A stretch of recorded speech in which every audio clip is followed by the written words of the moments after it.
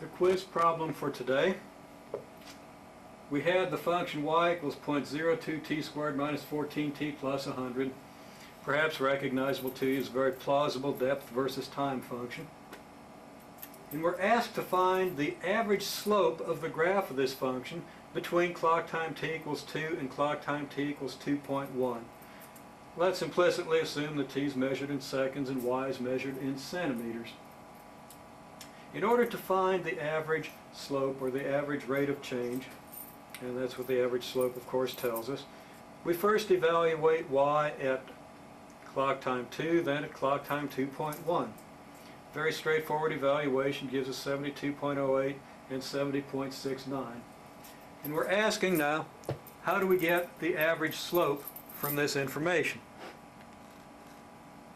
We probably do well to sketch a graph of this information. We see here a graph representing breaks in the t-axis and the y-axis. That break's a little bit poorly spaced because it seems to overlap where I've got the point. Should have put the point over here a little further to give myself room to label it, but hopefully it's legible to you.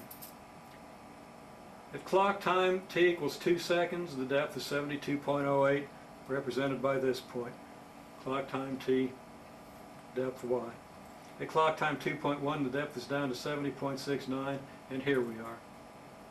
In order to calculate the slope, what do? We find our delta y and our delta t.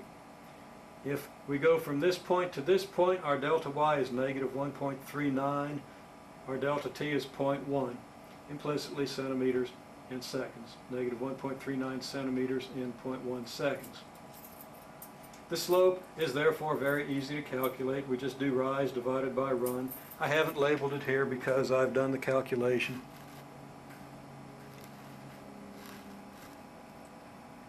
Beginning here. Our delta y is the change in y, which is the later minus the earlier. Comes out to be negative 1.39 centimeters implicitly. Delta t is the difference in time, clock times, which is 0.1 seconds. In order to find the slope then, we take the delta y and divide by the delta t. That's the rise divided by the run. We get the negative 1.39 centimeter rise divided by the 0.1 second run, or negative 13.9 centimeters per second.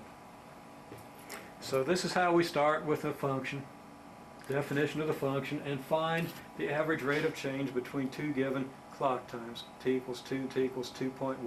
Evaluate the function to get the depths, and then just do rise divided by run.